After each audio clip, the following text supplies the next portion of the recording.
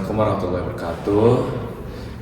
Selamat datang di podcast kami. Hari ini kami akan membahas tema yang sangat menarik, yaitu The Power of Habit. Bersama saya sebagai host Muhammad Lifari, dan di sini ada narasumber saya di sini yang sangat ganteng dan cantik. Yang pertama di sini ada narasumber Adnan. Yang di sini sebelah kiri saya ada narasumber Sentrik. Sebelah di sini siapa? Jauza. Dan ini narasumber Via. Baiklah, langsung saja ya. Di masa sekarang itu kalau kata orang-orang tua tuh, habit itu kan harus dibentuk dari sejak kecil.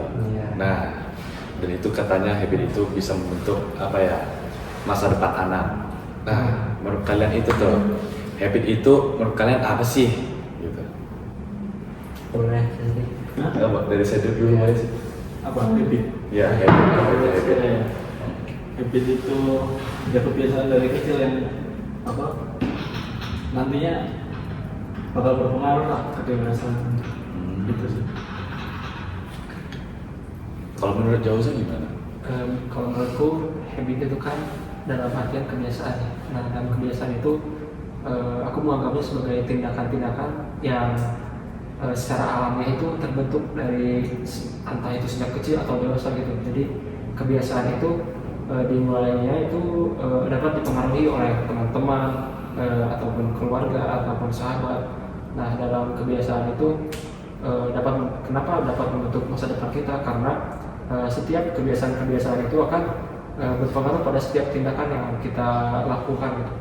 Contohnya itu seperti jika kita sebagai mahasiswa, kebiasaan kita itu harus yang baik-baik gitu, seperti bangun awal, terus belajar dengan giat, dan itu akan berpengaruh pada kehidupan kita sebagai mahasiswa gitu. Seperti bagaimana kita melakukan sebuah kebiasaan baik, contohnya rajin belajar. Di situ kita akan mendapat nilai yang bagus juga dan mendapat pujian dari teman atau sebagainya gitu. Kalau menurut dia gimana? Kalau menurut aku, kebiasaan itu sesuatu yang dilakukan secara berulang atau setiap hari. Nah, itu tuh jadi kebiasaan dalam hidup kita atau rutinitas kita. Nah, misalnya kalian olahraga di pagi hari, itu tuh bisa bikin ningkatin mood kalian gitu untuk aktivitas. Kalau menurut Adnan? Kalau menurut aku sendiri, jadi seperti yang lain-lain ya, mungkin sama kebiasaan itu kegiatan atau tindakan yang kita lakukan berulang-ulang, dan itu secara tidak sadar itu menjadi kebiasaan kita. Kayak misal contohnya, mungkin di sini saat ini ada yang nggak sadar, secara tidak sadar melakukan hal-hal yang berulang, kayak misal gilin kaki gitu. Itu termasuk kebiasaan juga ya. Mungkin kebiasaan itu ada baik, ada yang baik, ada yang enggak, ada yang buruk juga. Nah, kita harus tekankan di kebiasaan yang baik. Kayak misalnya tadi Jauza bilang bangun pagi, belajar secara rajin, kayak gitu. Ya. Kalau menurut kalian nih, habit itu kan harus dibentuk dari sejak kecil, dan habit itu kan nggak bisa kita atur sebenarnya, karena mayoritas habit itu kan dilakukan secara tidak sadar gitu. Nah, menurut kalian nih, pentingnya habit gitu buat dibentuk dari sejak dini supaya dalam kehidupan sehari-hari itu bisa bisa bermanfaat lah bagi individu seseorang gitu, karakteristik orang. Mungkin boleh jawab ya? Iya, boleh. Emang penting kebiasaan itu menurut aku ya. Kalau misalkan dari kecil emang udah harus dipaksa, karena kan tadi kebiasaan itu kita buat atau kita lakukan secara nggak sadar bahwa itu kebiasaan kita. Jadi mungkin dari kecil itu kita harus paksa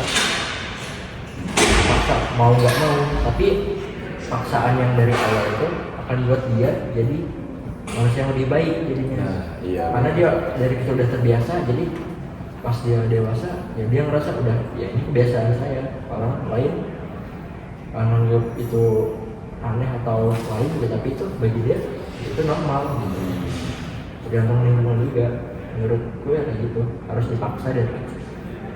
Kalau menurutku pentingnya habit itu kan menurutku ya, jadi habit itu mempunyai hubungan yang erat dengan sebuah kekonsistensian. Nah di sini itu maksudnya apa? Di sini habit itu kan berulang-ulang. Nah di sini ada satu contoh di mana sebuah perulangan tindakan ini kan akan membuat kekonsistensian. Nah pada kekonsistensian ini ya akan merubah hidup kita gitu. Jadi percuma kita membuat kebiasaan baik tetapi tidak dilakukan secara konsisten. Nah itu.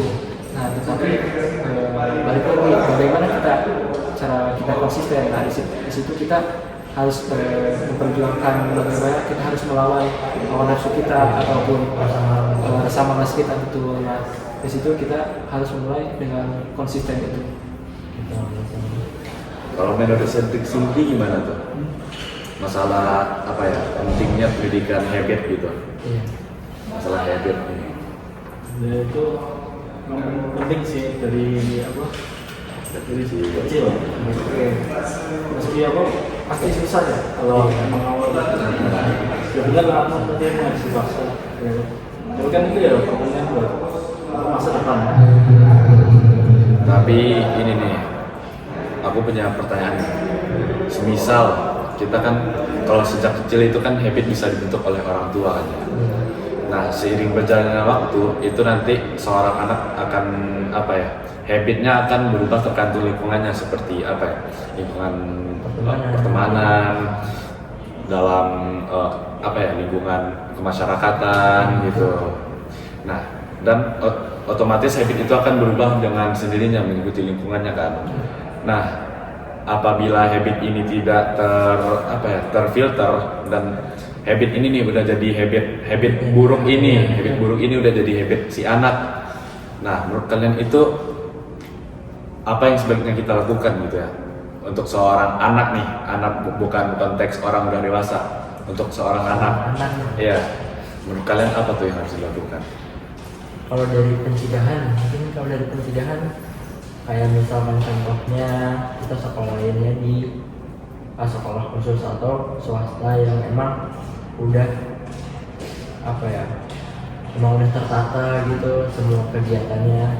Ya ini bukan ngejelekin satu negeri ya, tapi kan memang ya realitanya kayak gitu kan. Yang di swasta itu lebih rapi, lebih ada berpendidikan moral ya, ada beretikanya. Dan itu salah satunya. Kalau buat penanganan misalkan udah terlanjur anak-anak itu dia udah punya habit buruk lah ya, yang pasti sih diomongin baik-baik gitu. Terus kalau bisa kita tapi ini nggak secara langsung kita kayak kamu nggak boleh kayak gini dia tuh nggak baik. Kita lebih ke ngasih tahu temannya juga gitu, ngasih tahu lingkungan yang kalau ini nggak baik gitu, biar si anaknya perasaan dia nggak ini orang tua kenapa gini gitu, biar dia nggak bisa kayak gitu. Oh iya, terus saya juga mau nambahin, jadi setiap yang tadi Anda bilang kita tuh tidak boleh hanya melarang gitu, jadi kita juga harus menjelaskan mengapa ini tuh dilarang gitu, mengapa ini tuh tidak baik. Nah kita sebagai orang-orang yang sudah dewasa ataupun sudah mengetahui mana yang baik dan mana yang buruk gitu, kita tuh harus menjelaskan kepada seorang anak itu mengapa ini tuh tidak boleh, mengapa ini tuh kurang baik gitu. Nah kita tuh harus menjelaskan, nah tetapi menjelaskannya juga harus dengan cara yang baik. Mungkin ada tambahan lain, mungkin dari Sentrik atau Via yang berbeda dari kalau Via mungkin dari perspektif cewek gitu ya. Biasanya sih ya kalau cewek tuh lebih nggak suka kalau misalnya tuh terlalu ditekan sama orang tuanya. Menurut aku jadi harus dibikin kebiasaan yang baik dari kecil. Kalau misalnya tiba-tiba dia udah gede terus dipaksa jadinya dia nggak berontak malah jadi makin nggak benar. Kalau menurut aku sih gitu. Iya, Betul. Jadi habit itu emang apa ya, emang saya impact itu ya buat seorang anak. Kalau semisal habitnya dari kecil udah salah, ntar di masa yang akan datang mereka juga akan melakukan hal yang salah begitu habitnya. Nah sekarang nih untuk topik kita geser dikit nih ke arah menurut pandangan Islam. Iya. Nah, mungkin kalian bisa nambahin gitu materi mengenai ini. Oke, khususnya di agama Islam, di agama kita itu benar-benar sudah diatur dalam Al-Quran ataupun hadis juga. Nah, di Al-Quran Al-Baqarah ayat 238 juga kita itu diperintahkan untuk sholat 5 waktu.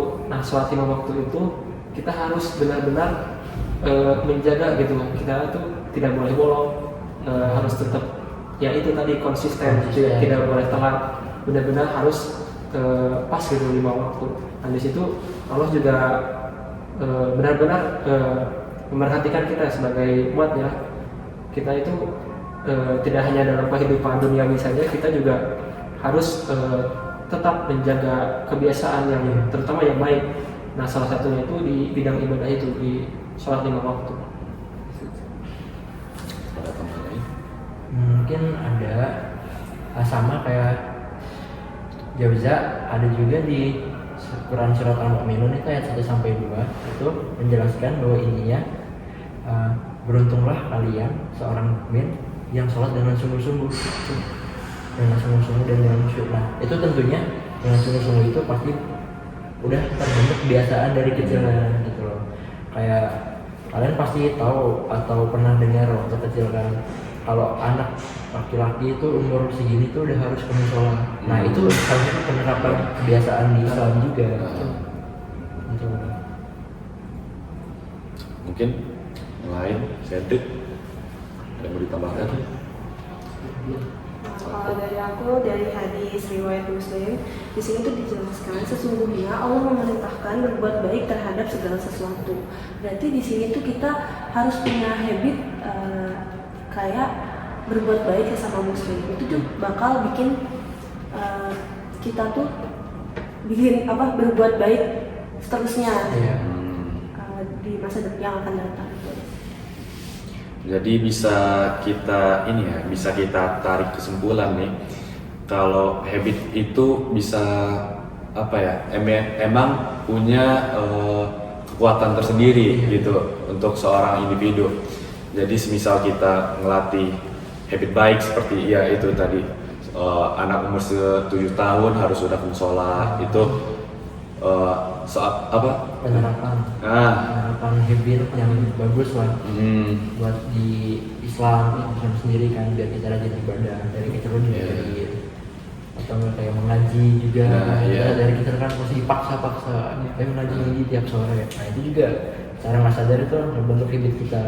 Pasti pernah ngerasain SMP atau SMA kita udah jarang ngaji. Nah, itu mungkin teguran atau dari diri kita sendiri yang dari kecil itu waktu kita tuh biasanya jam segini tuh ngaji, jadi ada hal yang ngeganjel gitu. Benar. Dan apalagi ya, mungkin cukup sih ya untuk pembahasan kali ini ya.